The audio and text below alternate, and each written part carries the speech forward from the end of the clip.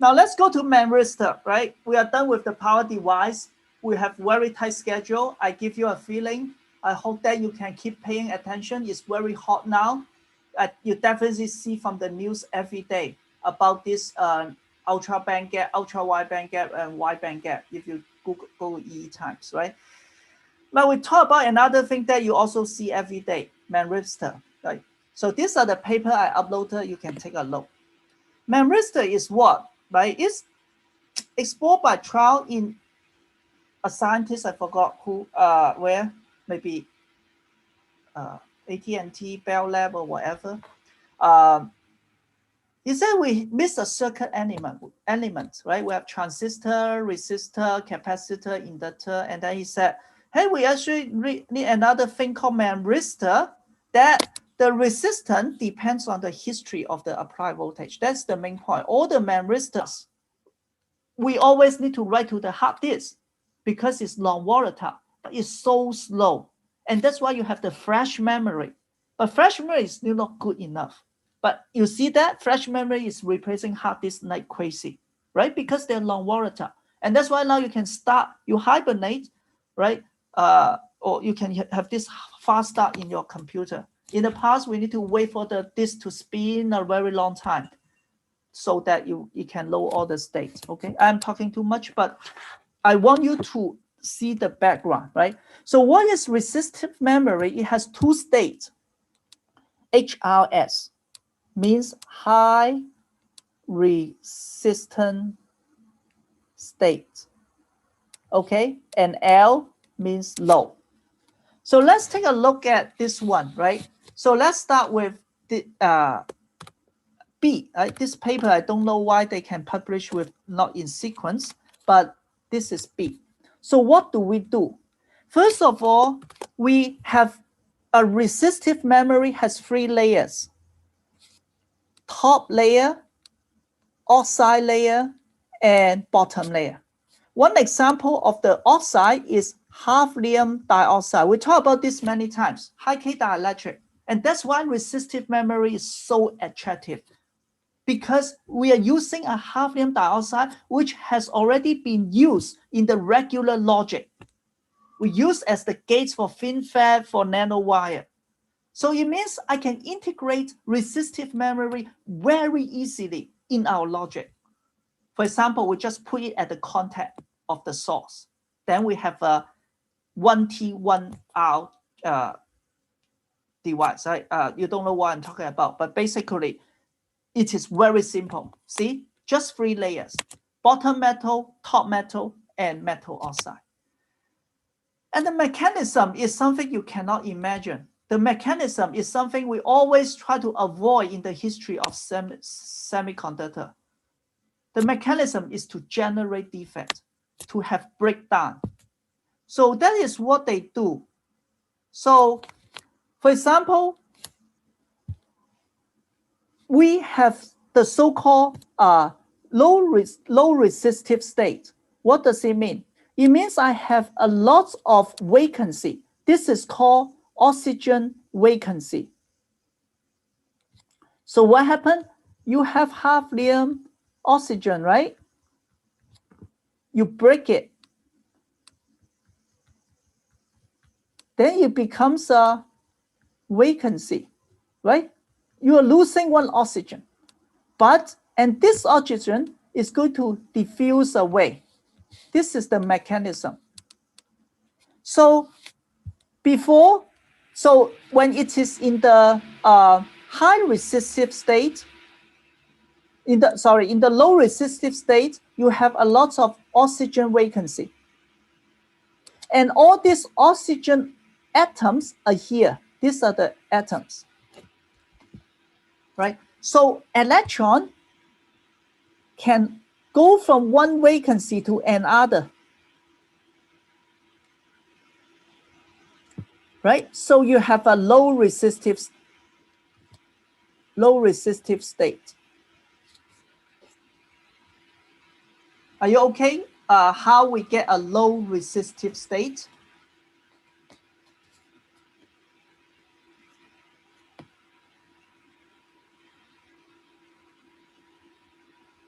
So root resistance is that I have a lot of oxygen vacancy inside the oxide, and they form a train. The electron can hop from one part to another part so that it is conducting the current. So resistance is low. Okay.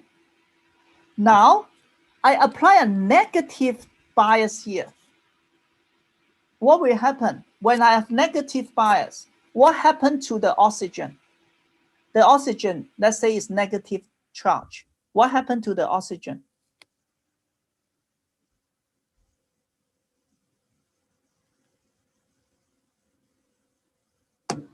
It will Say again. It will what? repels. It will goes away. Huh? It will repel the oxygen? Yeah. Yeah.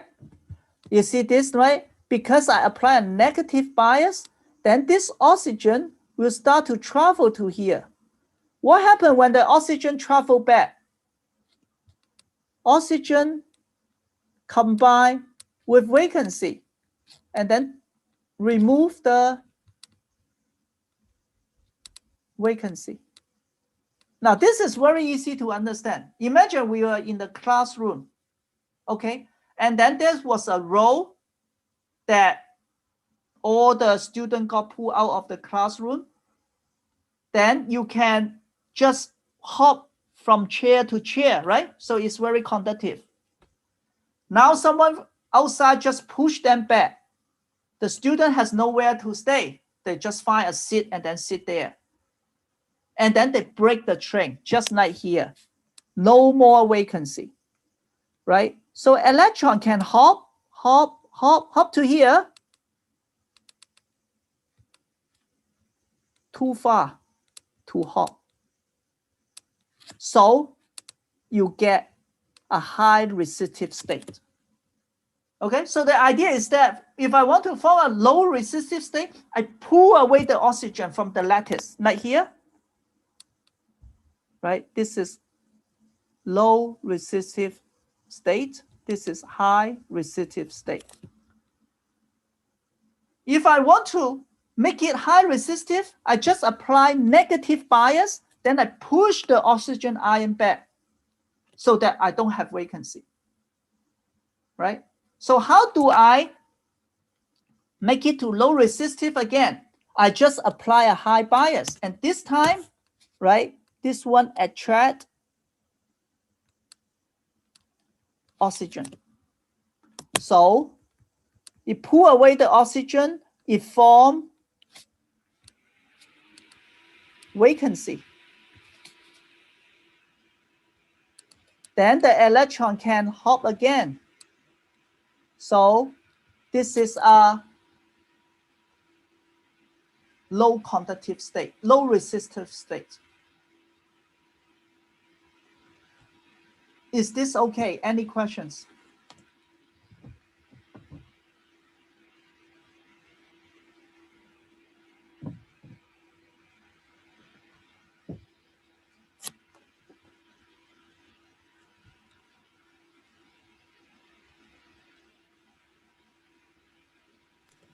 So how are you going to read the content of this memory? How do you read it? You just apply a smaller voltage to measure the resistance. Right. Okay. I'm going to show you, right? So this is right. Yeah, very good question. What I'm talking is the right 0 and right 1, right? There's one thing I did not mention. Whenever you make the device at the beginning, right? First time, they are very, you can assume not much vacancy or defect when you make it. So you need to apply a high bias voltage to form the defect first, the first time. And this is called forming stage, right? You always need to do one time to form the defect first. right? Because at the beginning, you have nothing. So you form the defect first, and then you can start turning it on and off. And you see that every time when we turn it off, I don't recombine all the vacancy. I only to recombine some of them for certain distance. Then it will have a large resistive state, right? So you have a high forming stage. You have a forming stage. So in summary, you have a forming. Okay, this is A, right? And then you have the reset. This is B to D, right? And then you can set it. This is D to C, right? And then repeat if you need to write your memory. Okay, because the pristine one is pretty nice, no defect. So you need to apply a larger bias, a higher bias to form the defect. And then you can set and reset. Is that okay? Here is another picture. Now I'll be more specific. For example, the top electrode, this is the top electrode. It's titanium nitride. The bottom is platinum, okay? And you see that the oxygen, when I put a large bias, positive bias, the oxygen atom or ion got pulled to here. Then I form the vacancy for electron to transport. When I reset, I push them back, then they recombine, right? When I recombine, no vacancy. Okay, that's how it works. Okay, so here show you that there are many possible material. For example, the top one can be titanium, tantalum, hafnium, titanium nitride.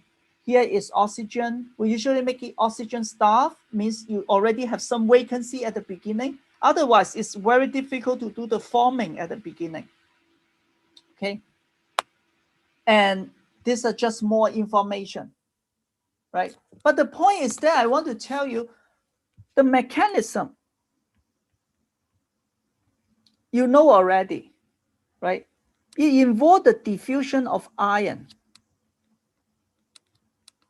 And it is oxygen ion, right? So if you want to design a ReRAM, you need to consider how fast the oxygen can diffuse. It involves the generation and recombination. This time it's not electron and hole. It's the oxygen and the vacancy. Correct? Right? And more importantly, the heat is very important, right? The heat generation due to current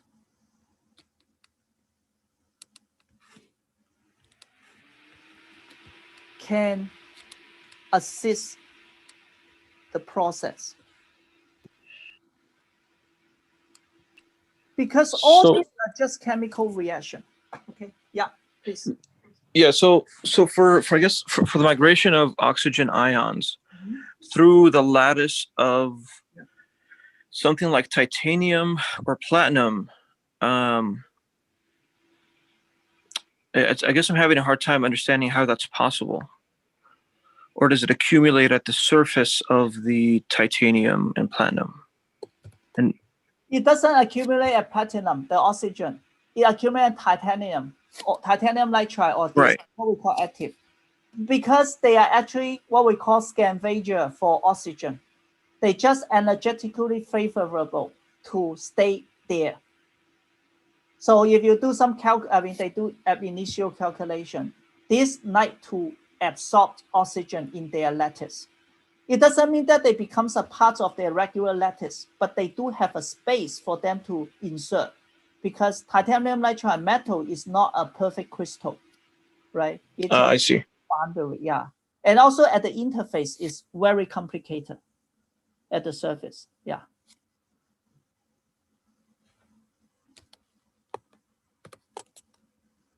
Is that okay? Just a feeling first. Yes, yeah. Okay, good. Now, what is the transport mechanism? right? You say you generate a lot of vacancy. No need to learn. I just tell you. I just want to tell you what you have learned before are important. These are more complicated. When I have the vacancy, you see this is just an oxide, hafnium dioxide. The Venn diagram is so simple. But I can have this trap. These are the trap due to vacancy. So what happened to electron? This is the Fermi level at the bottom metal. This is the Fermi level at the top metal, right? Maybe 0, maybe 5 volt. What happened to the electron? Can someone tell me how can this electron go here? What is the mechanism? Positive charge. What is the transport mechanism from here to there? I show a track. In classical mechanics, I cannot go there. I just wait. There's a huge barrier. What's the mechanism? Say again. Tunneling. Tunneling. Right? So you see, tunneling is important in resistive memory. Okay? Do you remember this equation? You don't remember? You see complicated? But now pay attention. Exponential -2 h bar integration of x square root 2m something. Isn't this is WKB approximation? This is talking about what's the probability for this electron to tunnel from here to here. So tunneling is very important. Now remember that if we don't have vacancy here, in order to come from here to here, I need to tunnel a very long distance, and you know very well. For a long distance tunneling, probability is very low, exponentially. Okay, sorry, I overrun, right? So maybe we continue next time, right? So this is tunneling. Okay, yeah. Any questions? You can leave now. Is it ion tunneling? Electron. Okay, Now, got it. this formation, and then you have ion diffusion, vacancy diffusion, right? Ion and vacancy can recombine, right? But that's useless. You just change the structure. What we care about is this. For each vacancy, right? This may be due to the, actually I wrote here already, the trap due to the vacancy. Now the electron can go through. Last time someone told me, this one to here is tunneling. And this is this equation, okay? You probably recognize this WKB. I hope that in the future, when you see exponential to the power negative integral over the distance 1 over h, and then you say square root, then you recall the WKB approximation. And when you see WKB, you know it is tunneling. Right? That's why we don't need to memorize equation, but we do need to look at this, because by looking at this, I know we are talking about tunneling. That helped me to understand my reading, understand other people's speech much easier, right? So this is tunneling. From trap to trap is also tunneling, but it has a special name. We call it hopping. Okay, we call it hopping. And you see that it does has a tunneling characteristic. The hopping rate, this is the rate, right? The hopping rate from trap M to trap N, between two traps. It's talking about how fast they hop. Is that okay? So that is what happened, right? When you have vacancy, the electron can hop from one trap to another trap easily. That's why you have high current. So you have low resistive state.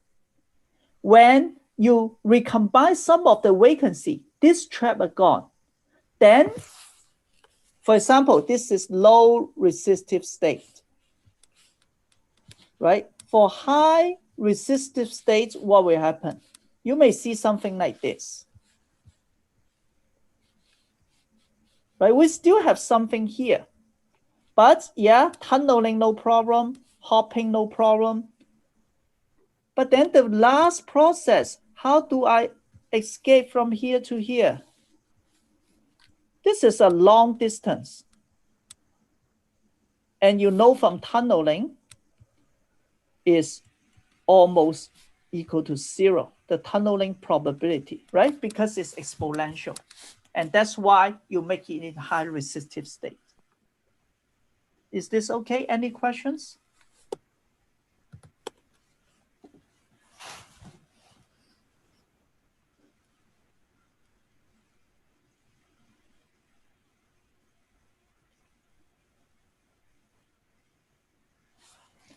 So this is now, then let's look at the IV curve, right? So this is the voltage. We apply the voltage across it to the top. You see that, look at this. This is in log scale, right? So it means that it's a many order of change of current. When you start increasing the voltage, you see the current goes up. But this is just because if I have a larger electric field, I will have a larger tunneling probability, and it go up exponentially. But the distance is still very long. Okay, so that's why it goes up very quickly, but it is still very low. But eventually, it will suddenly have some abrupt change, more abrupt change. Let's look at the experimental data instead. So what happened? This is at this point, you suddenly have the current, you suddenly form the train of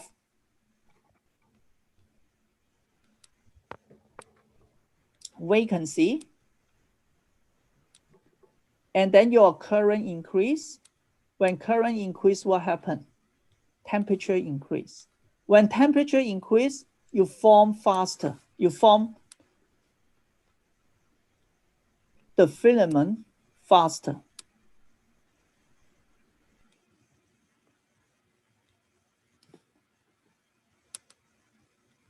So you have this type of breakdown-like behavior. Okay. Now, if I try to reduce the voltage, my current is much larger than before. Right? Why is that? Because here, although you are at 0 bias, I actually have the filament formed already. Here, I only have the filament here. So it's a long distance to tunnel full. This is called a gap. So do you see that when I make it into high voltage and come back, then this is in low resistive state. And this is high resist state, right? If I try to increase the voltage again, it is following this curve, right? Because it's not going to go to low current anymore because I do have a lot of vacancy. But if I try to go back to the negative bias, then what happened? It's very conductive because the train is there, right? Just like a resistor, I can go left and right. I can apply the bias whether to top or bottom. However, eventually here, I push the oxygen back, right? Remember? The oxygen recombine with the vacancy, like here. I push this oxygen back, they recombine, then I don't have the vacancy anymore. So the conductivity drop. Now if I remove the bias, it follow this one comes back to here because it is at high resistive state, right? This is low resistive state. This becomes high resistive state again. And of course, you see that by having different type of maximum voltage, right? They try to go to, they actually have different loop, I believe, right? But at different voltage, you will break down at different point. Okay, is that okay? This is the simulation they have done by Stanford. Any questions about how resistive memory form or operate?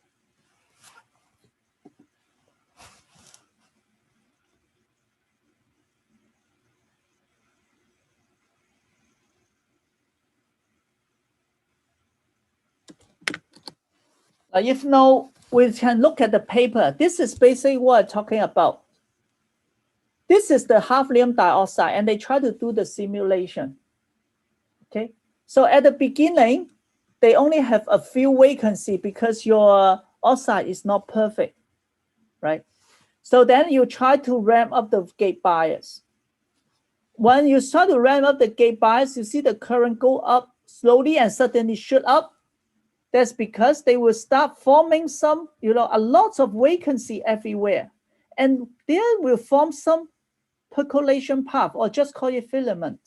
They connect continuously from the bottom to the top, right? Maybe I should mention this is the top electrode. This is the bottom electrode. So it's left to right. And that's how you get the high current, because now the electron can just hop along this path. And then we go to negative bias. What happened? You start recombining the oxygen vacancy here. So they are all gone. I still have a lot of vacancy here, but the electron cannot tunnel from here to here easily. And that's why you have low resistance, right? And then you can repeat, then you will just form the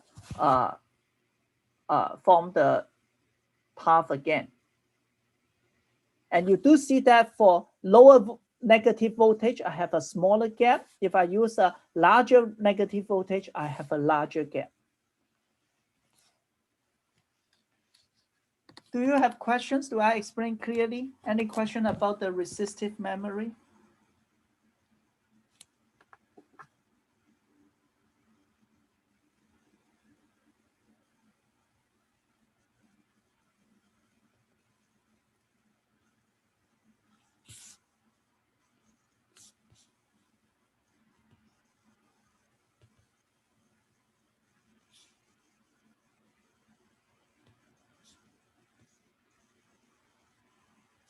Okay, I cannot see you, but assume that you are okay.